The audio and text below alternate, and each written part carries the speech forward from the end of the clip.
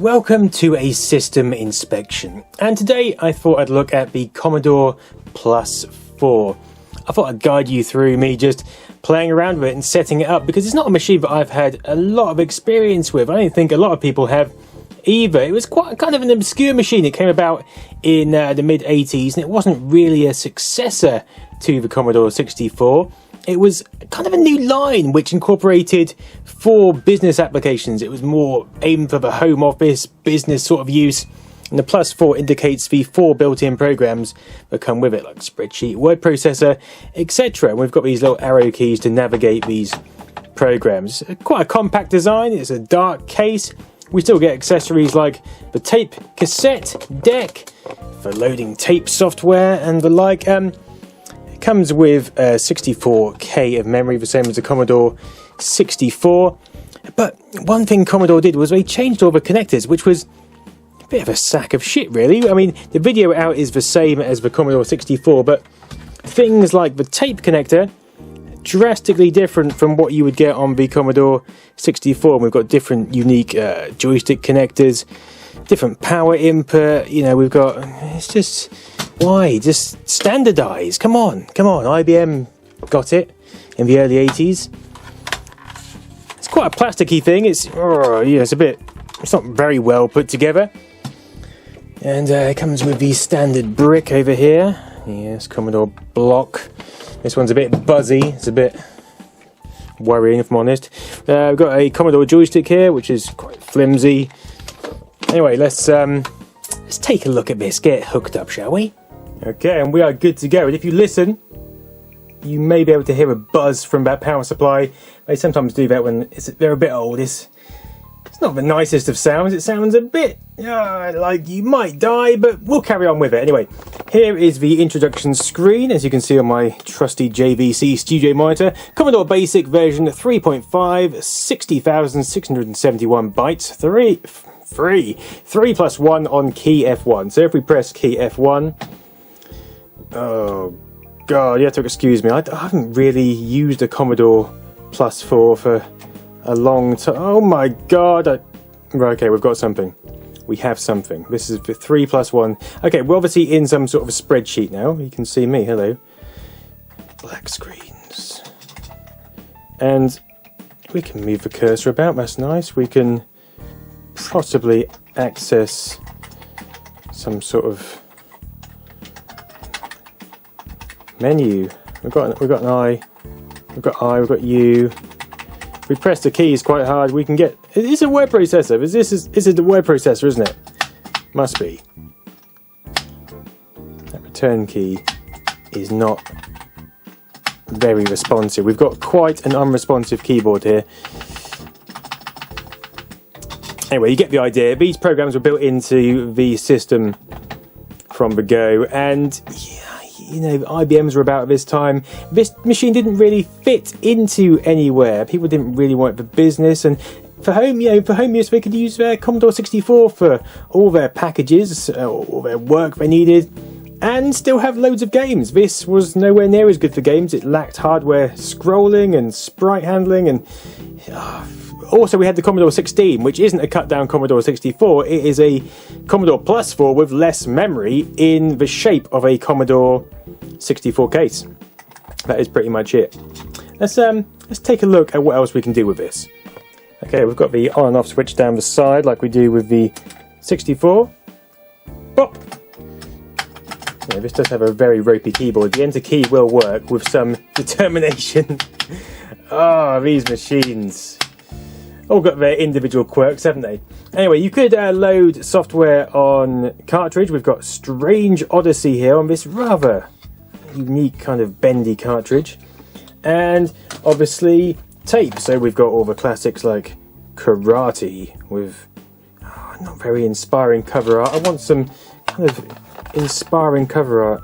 Alvita Saint Monty, classic, but again not too inspiring. Invasion 2000 AD. Let's see what else we've got. Rockman, that looks alright, doesn't it? Look at that. This is from the Mastertronic £1.99 range budget labels, which were often pretty darn good. You know, do you remember getting into these tapes and just looking at those screenshots and just thinking, my god, this is awesome. It looks nothing like this. Nothing at all, but I'm going to believe it is. By Jove. The aim of the game in the 1890s, and diamond mining fever has struck Africa. Young men travel from all over the world to make their fortunes and return home rich to marry their sweetheart. Oh, you mean they go and employ people on disastrously low wages and then piss off back to their own country? I'm not going for this bullshit. Let's find something. We've got Formula 1 Simulator. Oh, nice. Let's see if we can get some focus there. Oh, look at that. We've got cockpit action. Oh no, but it's not seen from the cockpit, it's seen from behind the car, as you'd expect. They're lying to us. Ah, Bob Holdness, Blockbusters. The first James Bond, I believe, as well, although he was on radio, not on film. And we've got this, I've got these Commodore 16 sort of label tapes here, which obviously were part of the bundled range. I'll get to those in a minute. It's stuck onto all this stack of tapes. We've got Fingers Malone. That sounds very familiar and slightly dodgy. Okay, we'll fire up Fingers Malone, I think. I just want to show you these. Oh, look at that. Death Race. A lot of these games are familiar from other platforms. Plus 4, I mean, the Plus 4 had its advantages. It had higher resolution. It could do a lot of colours. It could do like 121 colours, I believe, which was impressive. So we've got Treasure Island. We've got all these kind of blank cassette, no real graphics on them. Just slap them out of the factory, bundle them in. No one cares what's on the front because they'll be bundled with the computer, most likely. Here we go, we've got some good box art coming here. Street Olympics, look at that guy. He's got a tash and a half, hasn't he? And Mr. Puniverse and all these classic 80s games and Wolfpack and Spectropede and Powerball. And I miss having software on some form of hard media, tapes especially. Okay, I'll tell you what, we'll try with that cartridge game to start with and see how we get on with that. Here we go. So, slot in the back, there is a cartridge slot here. You can kind of see why it's designed like that. It sticks out at an angle and you can kind of see what's written on the cartridge. Let's switch this bad boy on. Alright, do we have to load the cartridge? Surely that should auto-load. Maybe we have a problem with the cartridge port. Blow! Blowing helps every contact. Oh, Jesus Christ. I tell you what, that is not happening. Let's go for that tape program I had before. Okay, Fingers Malone. So, over to the tape deck.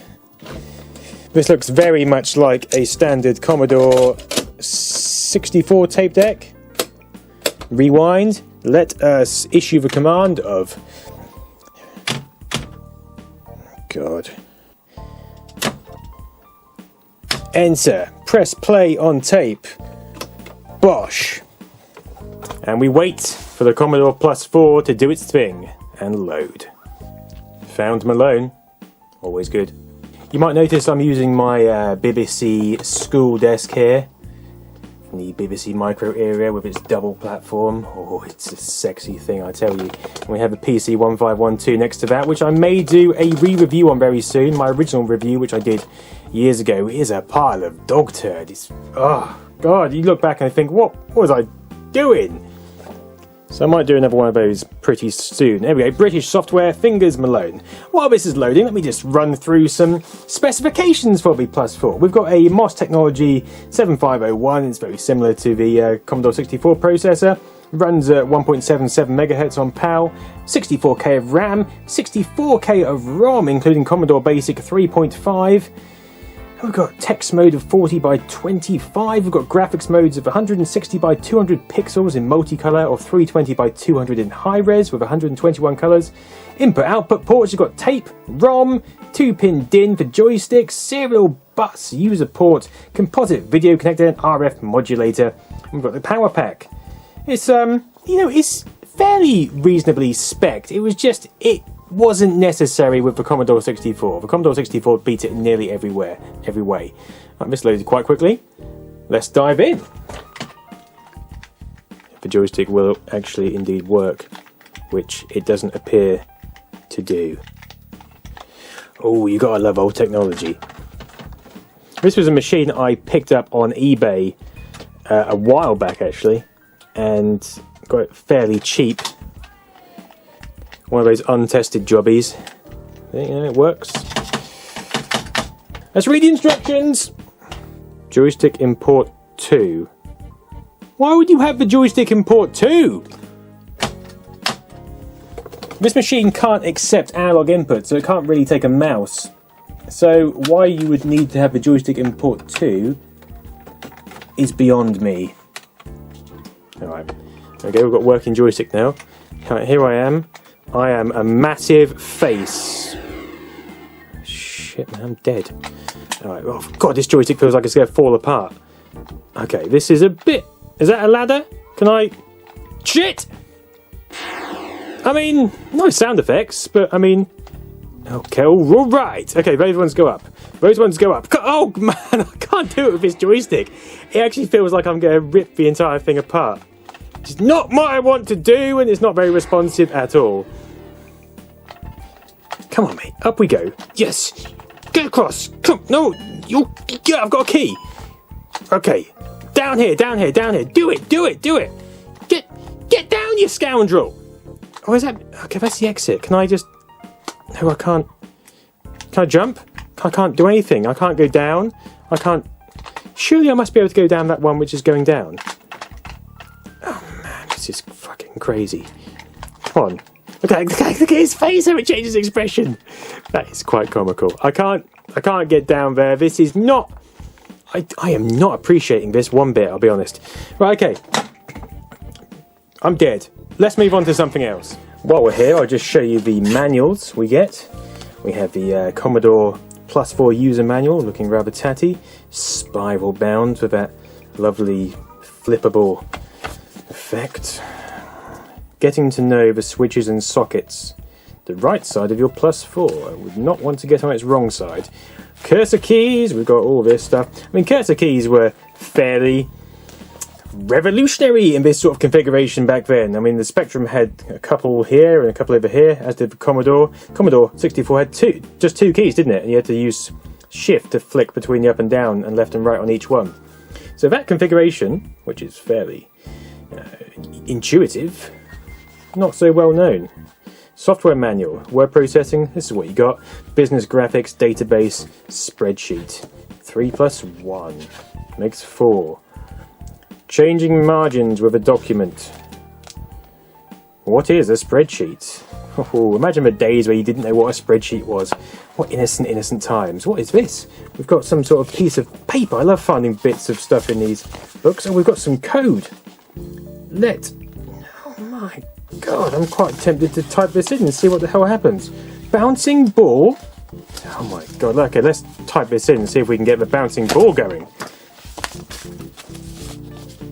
Oh yes, that looks fairly simple. It's just based around one character. Okay, let's take a look.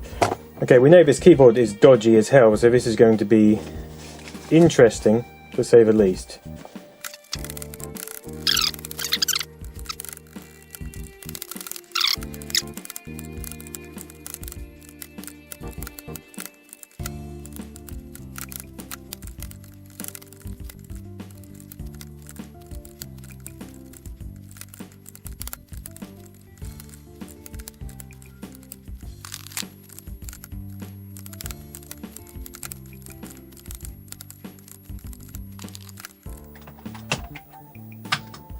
Okay, the moment of truth. I think that is how it's written here. It looks alright. I think screen clear is...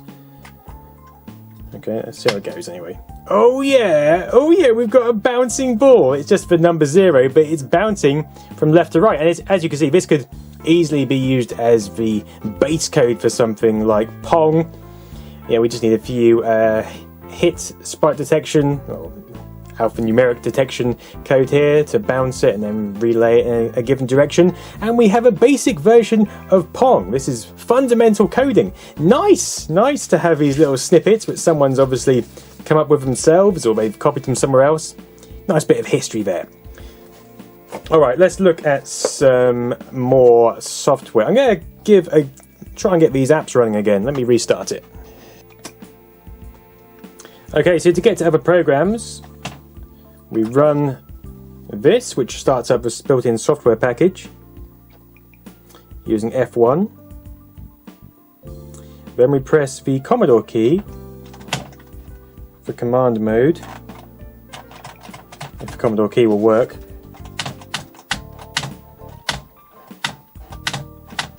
But when we're in command mode, apparently we should be able to press TC and it will go to the spreadsheet, because it stands for to the calculations. Robin! Obviously not that bit. Now, Commodore key in this needs...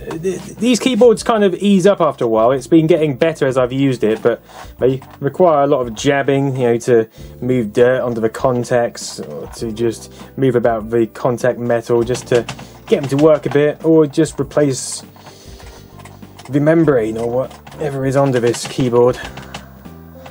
Alright, let's go on to some other software. I tell you what, should we go for a bit of Blockbusters with Bob? Oh, I love a bit of Blockbusters. Let's see how this performs on this system. Fire them up. Commodore 16 compatible as well. Oh, we've got +4 on one side, we've got 16 on the other side, so we've got increased memory. Look at that, £7.95 from John Menzies. Great Britain Limited. Wow. Alright, let's see how we get on with this.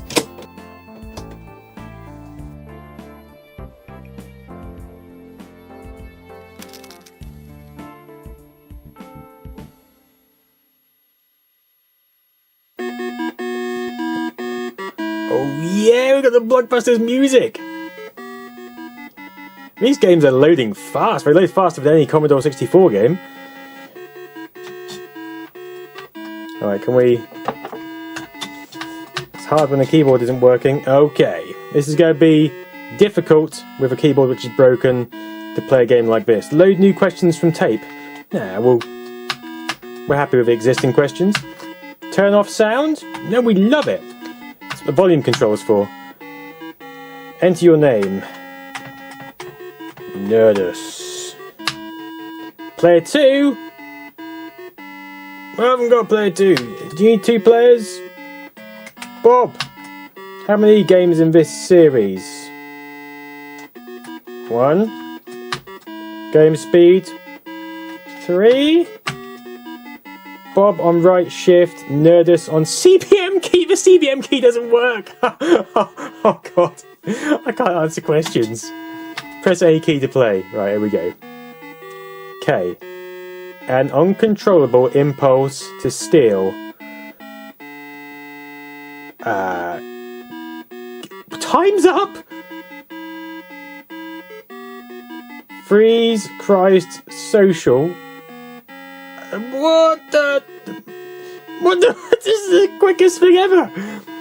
Decker, Dutch, double, press shift, press something! Bob, double. What do you mean check spelling? Oh, it's because I've got that dodgy character at the start. I thought that was just... Okay. So when it says do you want sound, it just means the music repeated over and over. Yes! Choose a letter. K, please, Bob. A bird which is only found in New Zealand. Kiwi! Oh, I am nailing this. I should have gone on the show. Right! Choose a letter. V. If you haven't played this game, the idea is to get your colour over to... from there to connect those 2 colours, and the opposition does it that way. A person who throws his voice. A ventriloquist. How do you spell? Oh God, Ben. Oh God. How do you spell ventriloquist? Ventriloquist. Oh, piss off! Bob, choose a letter. V. Lovers exchange greetings on this Saint's Day.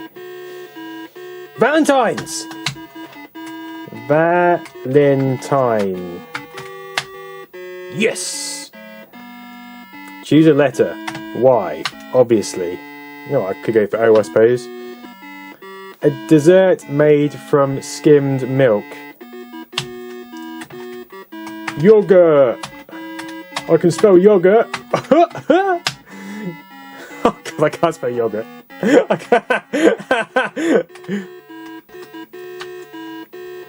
The opposite of old. I can do this. Young. Yes! Yeah, I've done it! I've made myself look like a fucking plank, but I've done it. Another game with same players. No, Bob. No, Bob. That's enough. Turn off the sound. I've had enough of this. But quite a good game, really. Need 2 players, really, but, you know, it works. People are often surprised that these old games load from tape still. And yeah, they do, because tapes are a good medium for storing data. I mean, if you listen to a music tape from the 80s, you know, it still sounds fine in 9 out of 10 occasions. And because these programs are recorded at such a low baud rate, then the risk of error is reduced. If they were recorded at a faster baud rate, like 33.6 or something like we had with dial-up or 56k, then we'd be prone to a lot more errors. But thankfully, they are not. Anyway, this was the Commodore Plus 4 in all its unmistakable glory. There it is. Quick inspection.